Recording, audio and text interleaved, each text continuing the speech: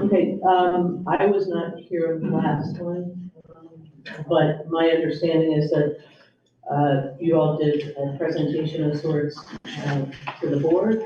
I believe the board has something that they'd like to respond back to you. It is not the complete response. A complete response will give to you in writing.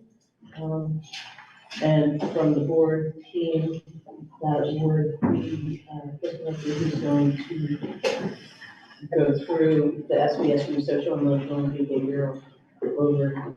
Thanks, man. Yeah. All right. So the boards and the administration agree with the statement set forth by the association that school safety is a paramount concern. This is a shared value held in common by every individual sitting at this table and by everyone participating by the meeting as well. The boards and the administration dismiss the lived experiences of our staff and our students, and promoting school safety will remain a focus of all those assembled here. Much of the safety language proposed by the association in these negotiations cannot feasibly be incorporated into the contract. There are legal barriers to instituting some of the suggestions with regard to both state and statute. Additionally, various rules put in place by the Vermont Agency of Education and the State Board of Education also create barriers to meeting the request of the association. These factors are beyond all of our control, yet we must all work within their parameters.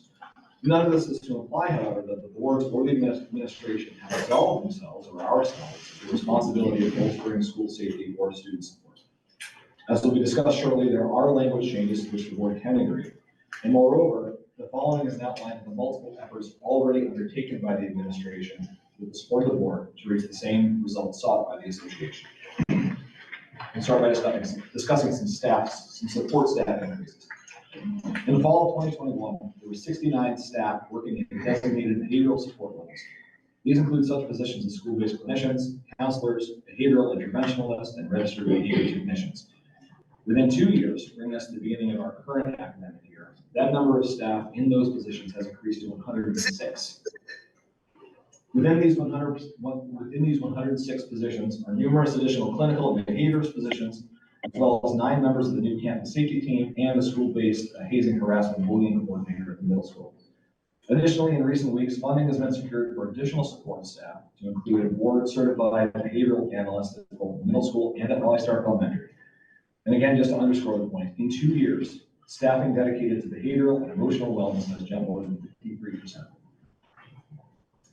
Programmatic changes. In direct response to student behavioral educational needs, the board approved the creation of the Beach Street campus. This program provides for a well-staffed, safe alternative placement for students with significant behavioral challenges. Beach Street serves to broaden the available placements for students regardless of age and works to more widely meet the need partially met already with the Common Street program. Also, recently developed the flexible setting intervention, which allows for, among other things, a combination of mainstream and alternate settings for students based on behavioral need. And further still, an alternative kindergarten has been developed to help students make a more successful entry into the academic mainstream. Lastly, there's data collection. This is the case in every district and supervisory unit. Resources within the SVSU and Southwest Tech are finite. As such, data collection is essential for the careful and focused deployment of those resources. One such effort is eliciting direct input from staff in the semi-annual treatment integrity and social validity survey. Also, in the 21-22 school year, the SVSU health leadership team began to systematically document social, emotional, and behavioral interventions. Also, the Swiss data collection process allows for the real-time documentation of behavioral issues. And all of these measures allow administration to assess the efficacy of various interventions and to pinpoint more effectively areas of safety concern, both of which can better focus efforts to curb problematic student behavior and promote safety and well-being. The majority of these pro-safety measures that have been enacted by the administration with the support of the boards require little to no extra time by teaching staff. The work duties associated with the items that we just outlined were overwhelmingly fallen to staff specifically hired for that purpose or to building and district administration. In addition to that, there are myriad personal development and staff training opportunities that are designed to support crisis prevention, de-escalation, and other disciplines that promote school safety. By and large, these are optional for teaching and support staff, and the boards encourage any employee interested in building upon these skills to avail themselves of those opportunities and resources. Finally, by reference, the board wishes to incorporate into the minutes of this negotiation session a more detailed report than what the dean had mentioned of the summary that I just went over. And this copy is available for all the association members. So thank you.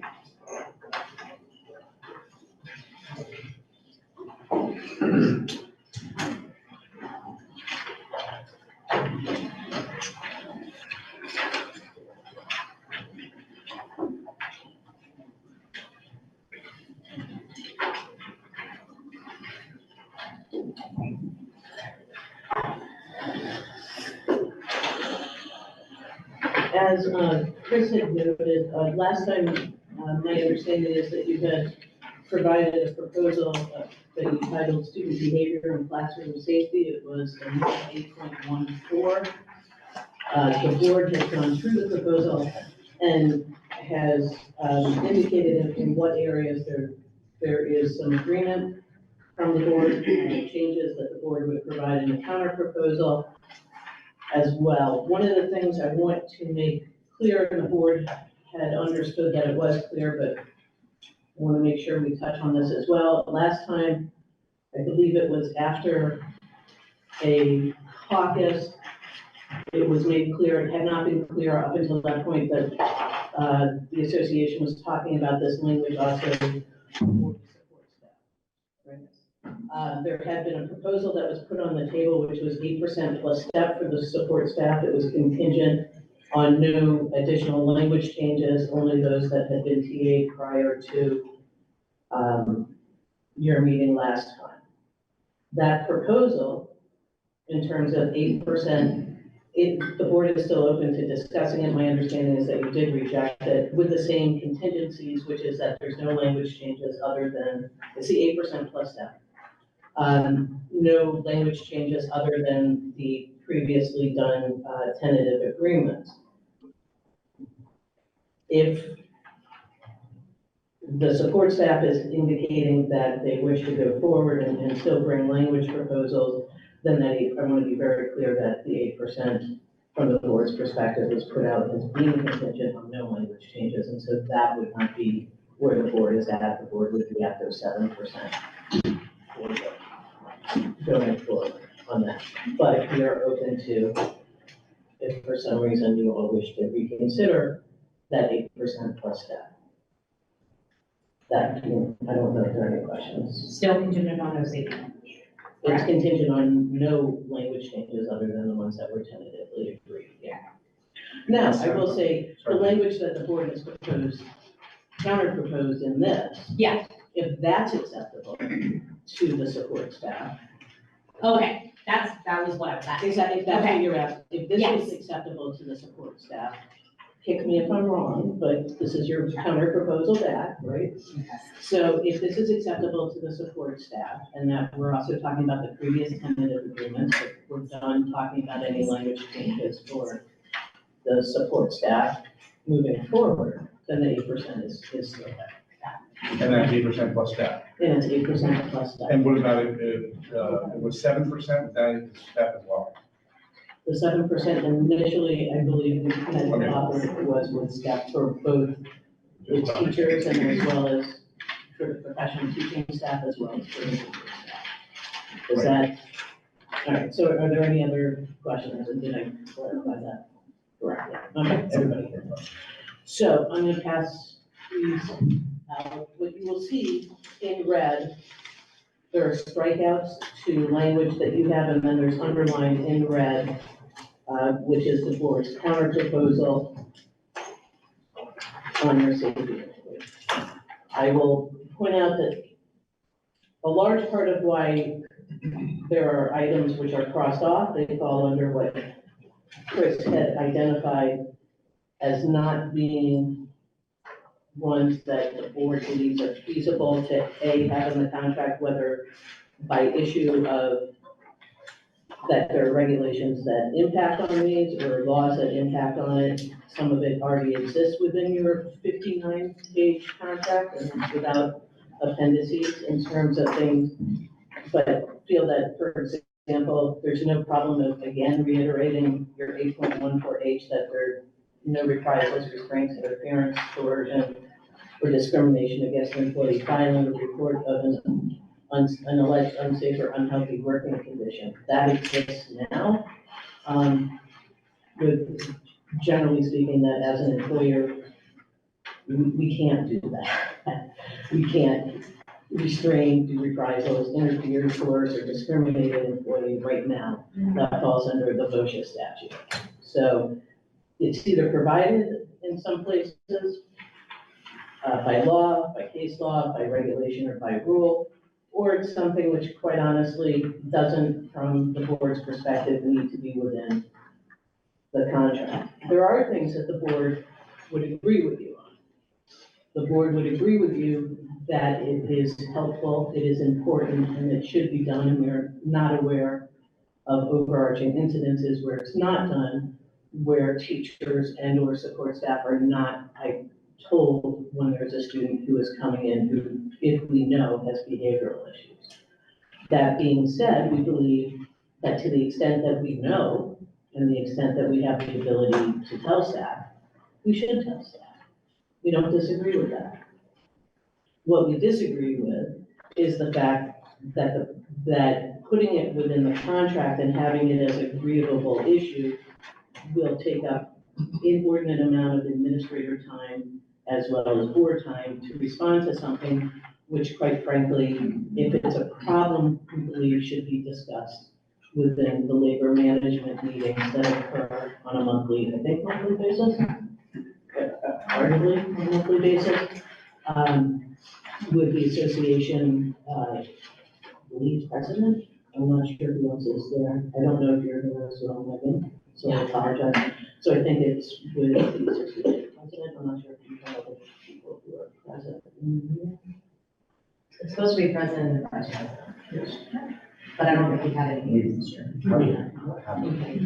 Well, the board is proposing that those come back and those continue. I think that those have a benefit. We're waiting for, I'm sorry, we're what? waiting for a date. When you put it for a date, we had a date, it was rescheduled, and we're waiting for another date to be presented to us. That works. That is good to know.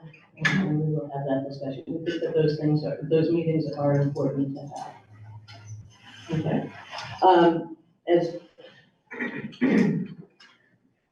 As well as, you had put in your 8.14B, when information is available and not legally prohibited, an affected educator will be advised of any students in the class it should be who are returning or entering from a correctional facility, mental health facility, or alternative school program or therapeutic foster care.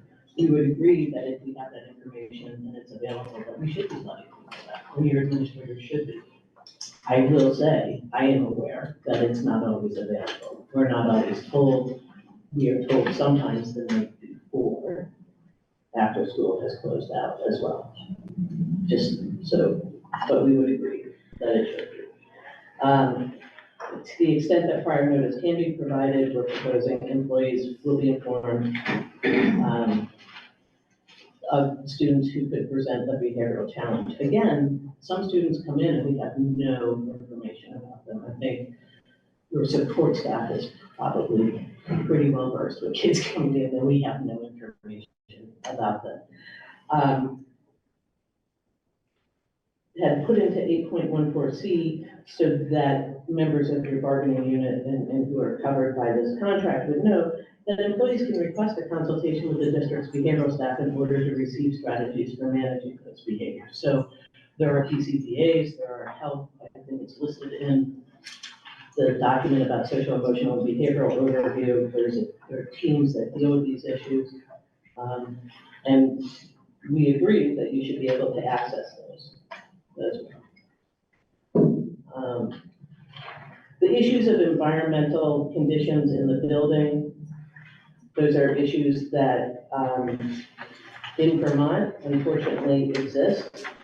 In terms of that there are problems with that, we would expect that teachers would have a conversation with their principal. We would agree that there should be a conversation about whether or not the classroom needs to be switched in the spring or early summer, but the board does not believe that that is something which needs to be within the collective bargaining agreement.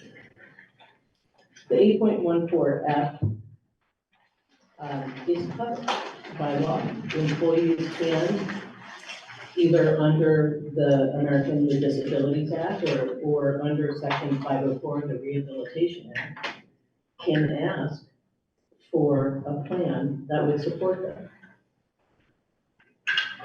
And it would behoove employees who think that they need to do so to ask for that. So 8.14F is covered by a law, existing law. 8.14G, to be honest, we thought that this may be, we're not aware, I'm trying to be, since we're doing it, we thought that this was perhaps something which wasn't necessarily a benefit to put out there because from our perspective, it's questioning the performance of the custodial or maintenance staff. But we agree that classrooms should be in clean condition and in good repair. We're not aware of teachers being required to perform custodial or maintenance duties. If, we're not aware that anybody has ever been, a teacher has ever been directed to do custodial or maintenance duties. 8.14H, as I said, we're fine with putting in that there's no reprisals, restraints, interference, coercion, or discrimination against an employee for filing or report of an alleged unsafe or unhealthy working condition, as that exists, even though that exists under BOSHA. The issue of refusing to work is something which the board does not believe is appropriate within the contract and will, if nothing else, cause additional arbitration issues between an argument between the association of what you believe is an unsafe environment or an unsafe task. I have said numerous times on behalf of the board that you do have a provision in your contract that talks about the facilities being covered, and as an employer, the districts are required to adhere to OSHA/VOSHA. Those issues fall under that, as I believe that the association is aware of, because at one point in time, I believe there was a complaint that was filed with OSHA about environmental concerns within the building. And the OSHA was unwilling to proceed on that claim. I don't know if you want to just go through this, if you then want to caucus and have a discussion about it amongst yourselves, but that is the board's counter proposal of this. I will point out in 8.14A, and I did leave this out, and I want to be very clear, especially since Cat TV is here, is that if teachers are having issues where a student is in their estimation, a severe or persistent behavioral issue out of school and off of school grounds, there is nothing which stops a teacher or a support staff member from calling the police. We would never tell you that you would need to quell your desire to, or if you felt that it rose to that level, the importance of protecting yourself and calling the police. So I want to make sure that that's very clear about it. If the student conduct comes into the school building, that's already covered under statutory law. And if there's interference. So yes, we do believe that if the conduct occurs off campus, or if it occurs, it is off campus, I would say, off school grounds, that you should tell your employee, your employer, your supervisor, or the principal, but understand that there is a statutory level that has to be met for us to respond to that. So if it's something which occurs out in the community, is there still a Stewart's in town? At the Stewart's, but the kid never brings it into the classroom, doesn't bring it into the building, we don't have authority to deal with that. So if it's something that is a confrontation to you and you feel unsafe off of these grounds, by all means call the police. We would encourage you to do so. We do not want somebody feeling unsafe off of these grounds. We're on these grounds. So, as I said, I don't know if there are any questions that you all have. And if you just want to go through it, as well as the social, emotional, and behavioral overview that was provided. One of the things I also just wanted to bring up, and I apologize, but it is me coming in missing the last meeting. I believe there was a request from the board, we weren't sure how clear it was, that we had asked for a clean copy of what your latest proposal is. And we haven't received that yet, and we were hoping that we would get that.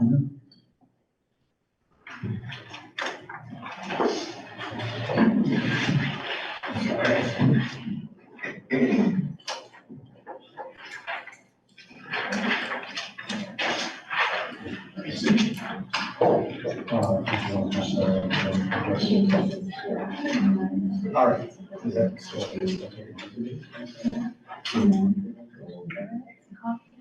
all right. So we've gone through some of the things that we have not come to an agreement on, and we kind of, we still feel as though a lot of these things are really important, and we wanted to make sure they're still addressed, and we can talk, quickly to see where we've made changes.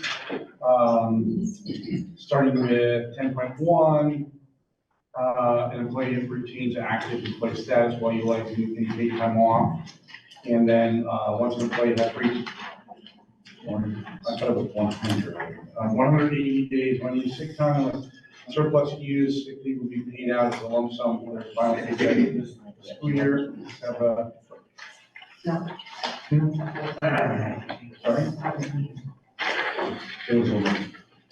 Okay. So does that mean 10.1 is not what you want to submit? No, it's. Okay.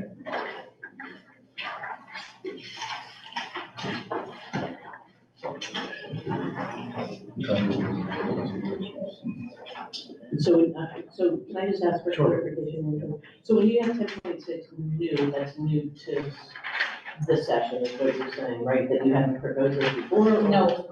It was proposed before, it's just new language. Oh, it's language that you're still seeking to have to it. Okay, that's right, okay, just want to make sure.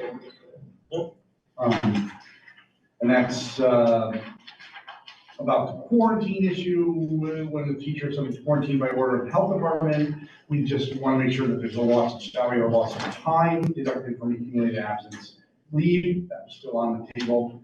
10.5, this, we were close to agreeing on. We asked to take the voluntary out. We also, so we understand that you would like to keep that in there. We said that's fine, but we would like to add in there, a part about, they have to once a year, where is it? By default, they're automatically enrolled in the sick pay contribution. They can opt out of contributions at the beginning of any school year. So that gives people that option, as voluntary, and we think that we might be able to come to an agreement on that. You can see where we also changed some of the language at the bottom. So we're gonna want, you're gonna want to look at that. We think that we're pretty close, and we hope that we get an agreement on that. And then, we're still working on 21.2, which, we feel that, the school district has done this before, and many times it's been really beneficial when we use, especially now that the Vermont colleges are combined, that we use programs that are basically through them, that are prepaid by the district. To offer more of those, this could be something that could solve the problem that we asked for course compensation. It says prepaid for courses offered through Vermont state universities. So Southern New Hampshire University and Vermont Higher Education Collaborative, which includes those 3 big colleges in Vermont. And the employee agrees to sign a promissory note, so that if they do not meet the above stated grade completion requirements, the employee must pay back the cost of the course within 45 days. So that's the ad that we put in there. We're hoping to come to something on that. And back to the school year and the half days, really think that this is really important still, that barring the half days before Thanksgiving, the half days used for closing semesters, there'll be no half day in service days. We can make those up by combining those days and making them in service days along the way, but we feel as though This is a big issue, especially for the tech center. It does not allow the tech center to be in compliance with other tech centers around the state. We think that that's a problem, and we would like to eliminate that problem by eliminating the half days. So we still are pushing for that, and we hope that we can get on that. General provisions, 29.24, no teacher shall be allowed to cover or absorb classes other than the 3 times per week without agreeing. There should be no retaliation against a teacher who refuses coverage. And with, this is a big issue today. We have a lot of unfilled absences. We don't have enough substitutes as it is. It is difficult. We just feel as though we need to give teachers that option. Sometimes I think they feel as though they don't have that option. And then 29.21, if the teacher agrees to the member of the school director committee outside of contracted hours, they should be compensated at the per diem rate. That should be, I think we agreed on that. It should be across. The reason we don't have that in there for everything, we just want to make sure that there are some places where people are asked to do those things and not be compensated. So So 3 times a week, it was, okay, your proposal is 2 to 3. Yeah. So question on 10.5,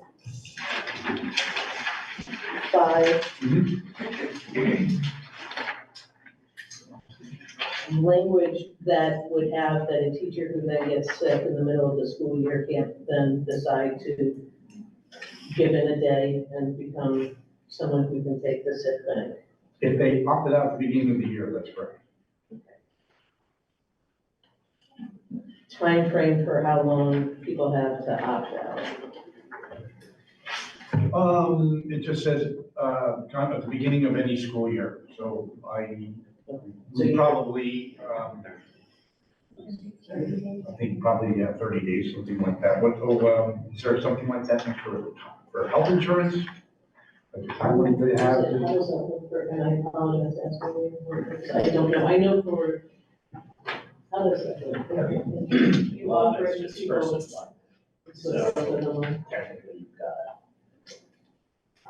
30 to 60 days from that for the cross.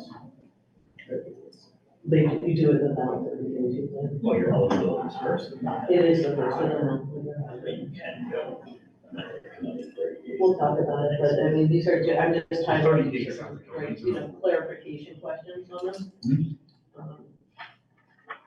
And then on 21.2, one of the concerns, and I am putting this out there, and obviously the board will talk about it, but one of the concerns that the board has discussed in previous contract negotiations with you all about the prepayment towards completion. One of the concerns is, one, getting the money back, and I understand the promissory note, but it would also be something, if the board was willing to engage in it, and I'm not putting up that they are willing to, this is me just bringing forth some concerns and just want to give you sort of a heads up, would be the ability to wage withhold immediately. You know, if there's an issue as opposed to having to go to small claims court on a promissory note, that costs money. That's not me going, thankfully, because I didn't do this, but it's somebody from the district going. That's one. Two, the issue is that the closer we get to the end of the school year, the possibility that the employee that during the spring semester is not going to return their contract becomes statistically higher for us as well. It becomes as a concern higher for us, right? If you're in September of the school year, you're starting off, it's very infrequent that you all break your contracts in October, November, or December, right? But people do not turn in their contracts when the end of the school year is approaching. So I highlight that as one of the concerns overall the board has had about that. So I just want to put that out there, for you to do that, but it is something that I think that the board will in fact have a conversation. And part of that is why we have limited, one, the exposure in our proposal. I think when we did the proposal, it was the first couple of years that somebody was there, as well as the fact that we're also recognizing that because in those previous proposals, we were recognizing that that was somebody who's starting out, as opposed to somebody who was on the far right bottom of the pyramid. So I just put that out there for you. Are there any other questions? Other than what I heard about today? We were just, there was a discussion in our meetings about, the point, there was prepayment that was ended because of the actions of the school board member, and so many districts prepaid this, and ends up being empty. This had to do with, going back, so. I don't remember being in a contract for here. I don't think it for quite some time, if at all. It was, about 30 years ago. And it was so. I can imagine, yeah, You know the history, right?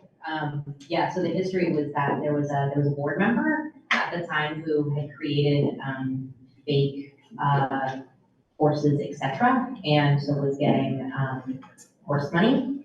And, it's a long story, but, that was when prepayment stopped. I was gonna say, because I think my friend has been representing for almost. Yeah. So, but we will have a conversation about that. But these are some of the concerns I want to be, upfront with you all, of what the issue is. What some of those issues are. Okay, we can have are these the only remaining items, I guess, that you all need to, that you And all- salary. And salary. Right, so you're still at the same point that you were at initially? We have, had discussion on a counter, but we're gonna caucus first, but we're prepared to do that right at this point. So if we wanted to make sure that we presented these, which are still the outstandings that, we wanted to hear the response to safety, and then we wanted to caucus, that was our plan. And so, we may have, a counter on salary for. Sounds good. All right. I think those are on the stage. So we have sort of, do you think, because there are people who are online, do you think? We can go. We're gonna, those of you who are online, who are not members of the negotiating team, you're going to get booted out. The individuals who are here, I'm gonna and I apologize, one of our members is having, an issue about being able to walk a little too far. So I apologize. I think we're gonna have to boot you all out as well.